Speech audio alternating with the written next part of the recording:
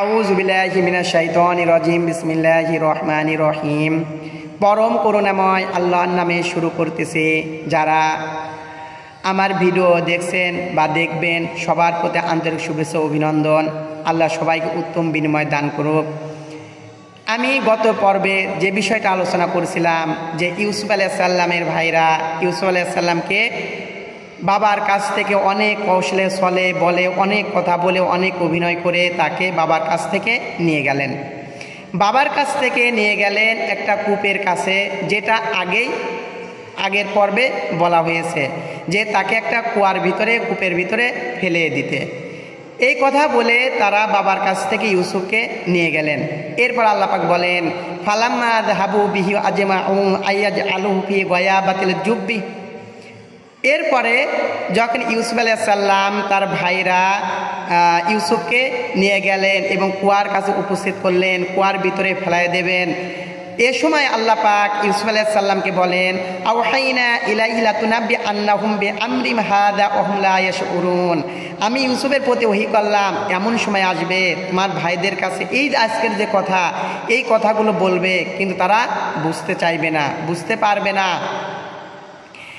ইউসুফ আলাইহিস সালামকে কুয়ার ভিতরে ফেলায় দিলেন।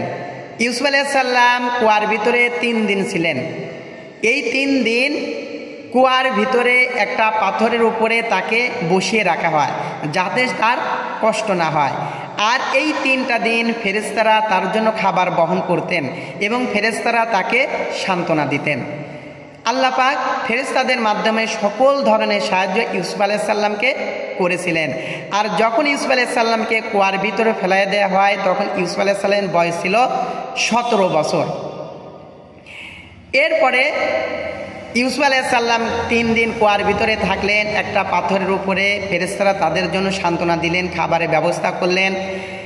এরপরে ওই 10 ভাই যেহেতু বাবার কাছ থেকে বলে আসে, আগের পর্বে বলা হয়েছে যে আমরা ইউসুফকে দেখাশোনা করে রাখবো, হেফাজত করে রাখবো, এই বিষয়টা বলেছেন। এখন বাবার সামনে যা কি বলবেন সেটাও পরামর্শ করে বাপের কাছে রাতের বেলা গেলেন, যে বলতেছেন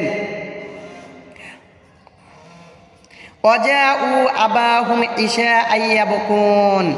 ইউসুফ আলাইহিস সালামের ভাইরা রাতের বেলায় তার বাবার কাছে কাঁদতেছে। অভিনয় কি দেখেন, মানুষ অভিনয় করে কাঁদে না, ওই 10টা ভাই অভিনয় করে কাঁদতেছে বাপের সামনে। যারা ষড়যন্ত্র করে, যারা অন্যায় করে, ছলনা করে, এরা আবার কাঁদতেও পারে। এই কাঁদে বলতেছে ক্বালু ইয়া আবানা ইন্না যাহাবনা নাস্তাবিকু তারাকনা ইউসুফা ইনদা মাতাইনা ফাকুলাযিবু আমা আনতা বিমুমিনিন লানা ওয়ালাউ কুন্না সাদিকিন। হে আমাদের পিতা, আমরা ইউসুফকে মালপত্তরের কাছে রেখে আমরা দৌড় প্রতিযোগিতা করতেছিলাম, দৌড়াদৌড়ি করতেছিলাম, প্রতিযোগিতা করতেছিলাম। এসে দেখি ইউসুফকে বাঘে খেয়ে ফেলছে। হয়তো তুমি বিশ্বাস করবা না, যদিও আমরা সত্যবাদী, আমরা সত্য কথা বলছি, হয়তো তুমি বিশ্বাস করবা না, তারপরে আমরা সত্য কথা বলছি। বাঘে খাওয়ার কথা কেন বলল? ওই আগের পর্বে ইয়াকুব আলাইহিস সালাম তার সন্তানদেরকে বললেন তোমরা যদি ইউসুফকে আমার কাছ থেকে নিয়ে যাও, আমি আশঙ্কা করি তোমরা তার প্রতি অমনোযোগী থাকবা আর ইউসুফকে বাঘে খেয়ে ফেলবে।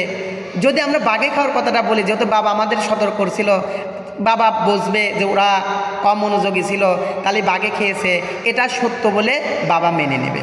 তারা এই চিন্তা ভাবনা করেই এই কথাটা সাজালেন যে আমরা বলবো অমনোযোগী, আমরা দৌড় প্রতিযোগিতা করতেছিলাম, খেয়াল রাখি নাই। এসে যে তুমি বলছিলে যে অমনোযোগী থাকলে বাঘে খেয়ে ফেলবে, তোমার ভিতরে একটা আশঙ্কা ছিল, সেটাই পূর্ণ হয়ে গেছে যে তাকে বাঘে খেয়ে ফেলছে। ওয়াজাউ আলা কামিসিহি বিদামিন কাযব। আর কি করলেন, বাবার সামনে একটা রক্তমাখা জামা, ইউসুফের রক্তমাখা জামা তার বাবার সামনে উপস্থিত করে দিলেন। উপস্থিত করে দিয়ে বললেন এটাই তোমার ছেলের জামা, যে বাঘটাকে খেয়ে ফেলছে, এই যে জামার সাথে রক্ত জড়িয়ে আছে। ইয়াকুব আলাইহিস সালাম ছেলের রক্তমাখা জামা যে সন্তানকে একটা মুহূর্তের সময়ের জন্য হাতছাড়া করে না, আর তারই রক্তমাখা জামা উপস্থিত করলেন। দেখেন আমাদের উপর বিপদ আপদ আসতে পারে, স্বাভাবিক। সবসময় আল্লাহর প্রতি ধৈর্য ধারণ করা, চিতে পড়ে যাওয়া না, চিৎকার দিয়ে কান্না করাও না, আল্লাহর প্রতি অবিচল থেকে ধৈর্য ধারণ করা, যেটা ইয়াকুব আলাইহিস সালাম করে দেখালেন।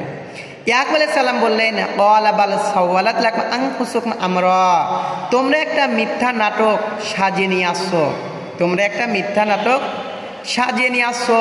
ফাসবরুন জামিল, আমি উত্তম ধৈর্য ধারণ করব।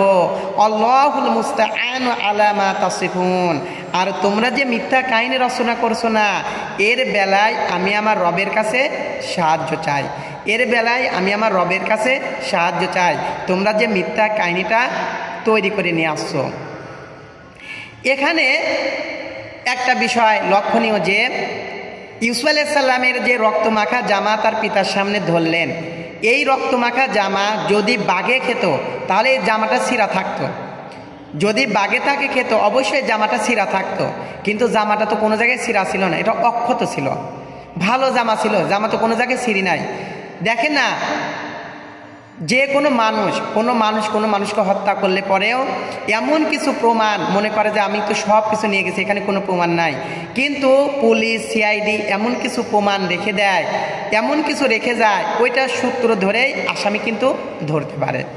তেমনি করে ওনার ভাইরা ষড়যন্ত্র করেছিল, ভাবছিল যে ষড়যন্ত্র করেছি, এই যে জামা যেহেতু রক্তমাখা জামা উপস্থিত করলেই বাবা বুঝতে পারবে, কিন্তু তাদের এটা স্মরণে নাই, জামা তো অক্ষত, বাগে খালে তো জামা তো কী হবে, ছিঁড়ে যাবে, কিন্তু জামা তো ছিঁড়ি নাই।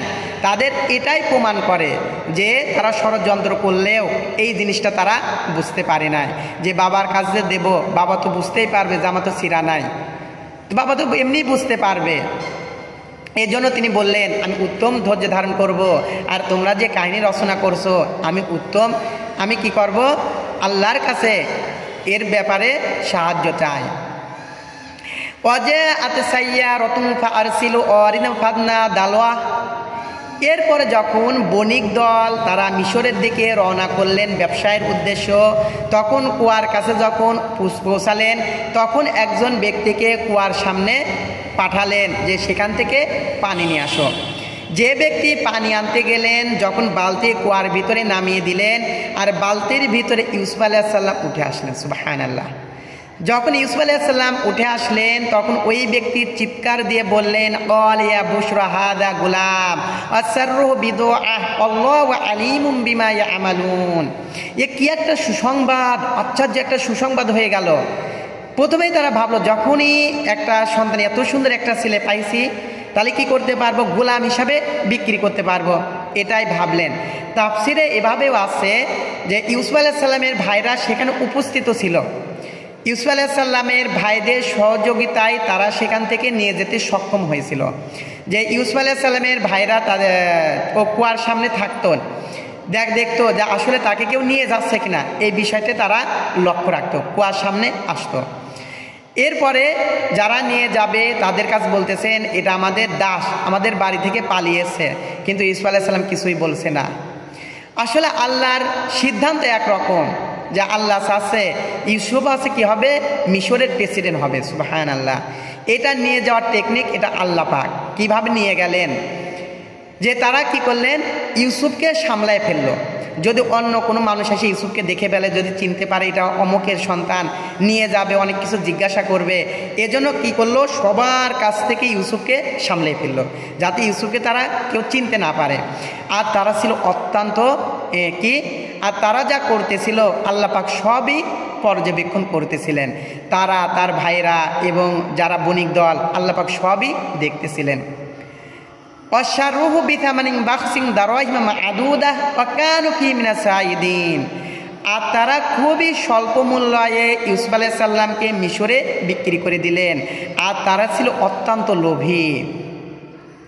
এখানে তাফসিরে আছে, আব্দুল্লাহ ইবনে আব্বাস রাদিয়াল্লাহু তাআলা আনহু বলেন, মাত্র 20 দিরহামে ইউসুফকে তারা বিক্রি করে দিয়েছিলেন মিশরে, খুব দ্রুততার সাথে বিক্রি করে দিয়েছিলেন, যাতে তারা বুঝতে না পারে, যেখানে বিক্রি করতে নিয়ে গেছে, যাতে বুঝতে না পারে যে আমরা এই ব্যক্তিকে চুরি করে নিয়ে আসি, ইউসুফকে যে চুরি করে নিয়ে আসছে যাতে এটা বুঝতে না পারে, এই জন্য খুব দ্রুত কোনো দাম দরটা বেশি করেনি, যে দামি পাইছে সেই দামে। যেমন চুরি করা জিনিস, একটা ছাগল হোক, গরু হোক, পশু হোক, একটা পশু বাজারে নিয়ে গেলে পর ওই ব্যক্তির সবসময় মনে কী থাকে, ভয় থাকে যে আমি চুরি করে গরুটা নিয়ে আসছি, হয়তো মালিক দেখতে পারে, যে কোন মানুষ আসতে পারে, যদি চিনে ফেলে তাহলে এই গরু বিক্রি হবে না, যা বিক্রি করবো তাই লাভ, আমাদের তো কিনা লাগি নাই। এই জন্য ওরা এই কথাটাই ভাবলেন যে ইউসুফকে যেটাই বিক্রি করি সেটাই তো আমাদের লাভ, ওকে তো কিনাও লাগি নাই, কিছুই লাগি নাই। এই জন্য স্বল্প মূল্যে ইউসুফকে তারা বিক্রি করে দিলেন। আর তারা ছিল অত্যন্ত লোভী, কিন্তু তারা জানে না এই মানুষটাই আল্লাহর নবী, সুবহানাল্লাহ, তারা কেউই চিনতে পারল না। এরপর আল্লাহ পাক বলেন, ওয়াকাল আল্লাযী ইশতারাহু মিন মিসর লিইমরাতিহি আকরিমি মাসওয়াহু আসা আইয়ানফা'না আও নাত্তাখিযাহু ওয়ালাদা। আর ইউসুফকে যে ব্যক্তি ক্রয় করলেন মিশরের বাদশাহ, মিশরের বাদশাহ ইউসুফ আলাইহিস সালামকে ক্রয় করলেন এবং তার স্ত্রীর কাছে নিয়ে গেলেন। তাফসিরে আছে মিশরের বাদশার কোনো সন্তান ছিল না, তার স্ত্রীর কোনো সন্তান ছিল না, এবং এই সন্তানকে তার স্ত্রীর কাছে নিয়ে বললেন, একে তোমার কাছে রাখো, আমাদের যেহেতু সন্তান নাই আমরা তাকে সন্তান হিসাবে গ্রহণ করতে পারি, সে আমাদের উপকারেও আসতে পারে। এরপর আল্লাহ পাক বলেন, ওয়াকাযালিকা মাক্কান্না লিইউসুফা ফিল আরদ। এভাবে করে তো আমি ইউসুফকে মিশরে প্রতিষ্ঠা করা শুরু করলাম। এভাবে করে কৃতদাস থেকে কি করবে, বাদশা বানাবে। প্রথমে কি বানালো, কৃতদাস বানালো, যে এভাবে করে আমি প্রতিষ্ঠিত করতে লাগলাম। অলনা আল্লিমাহু মিন তাআউইল আহাদিস, আর আমি তাকে স্বপ্নের ব্যাখ্যাও শিক্ষা দিলাম। ইউসুফ আলাইহিস সালাম যত স্বপ্ন আছে সকল স্বপ্নের ব্যাখ্যা ইউসুফ আলাইহিস সালাম দিতে পারতেন, যেহেতু পরবর্তী কারাগার এবং বাদশাদের স্বপ্ন দেখে, এটার স্বপ্নের ব্যাখ্যা তিনি দেন, এ থেকে আমরা বুঝতে পারি, এবং নিজের স্বপ্নের ব্যাখ্যাটাও বাবাকে দিয়ে দেন। এজন্য ইউসুফ আলাইহিস সালাম স্বপ্নের ব্যাখ্যা, আল্লাহ পাক বলেন আমি তাকে স্বপ্নের ব্যাখ্যা শিক্ষা দিতে লাগলাম। আর আল্লাহু গালিবুন আলা আমরিহি ওয়ালাকিন আকতারুন নাস লা ইয়ালামুন। আর তোমার রব যদি কোনো কাজ সম্পাদন করতে চায় পৃথিবীর কেউ ঠেকাতে পারে না, কিন্তু অধিকাংশ মানুষই জানে না।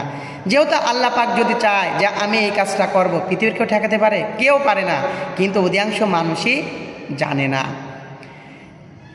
এখানে যেই মহিলার কাছে রাখা হয়েছিল, যেহেতু সন্তান হিসাবে তার নিজের সন্তান না, কিন্তু ইউসুফ আলাইহিস সালামের চেহারা ছিল অনেক সুন্দর।